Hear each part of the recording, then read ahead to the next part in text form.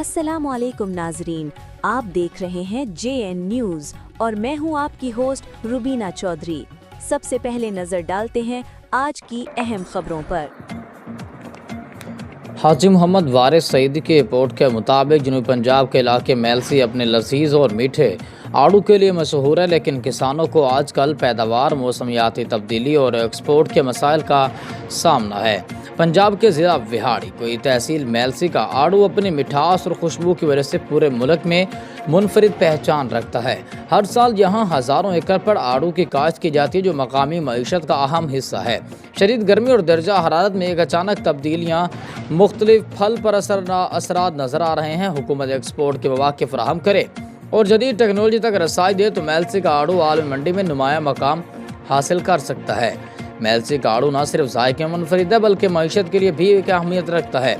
ज़रूरत इस बात की कि किसानों की मेहनत को आलमी मंडी तक पहुँचाया जाए।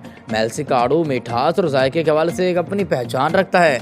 ज़रूरत इस बात की है कि हुकूमत एक्सपोर्ट पर तवज्जो दे ताकि किसान खुशहाल हो सके और मुल्क की मईशत बेहतर हो सके। मौसमियाती तब्दीली की वजह से हर किसान परेशान है।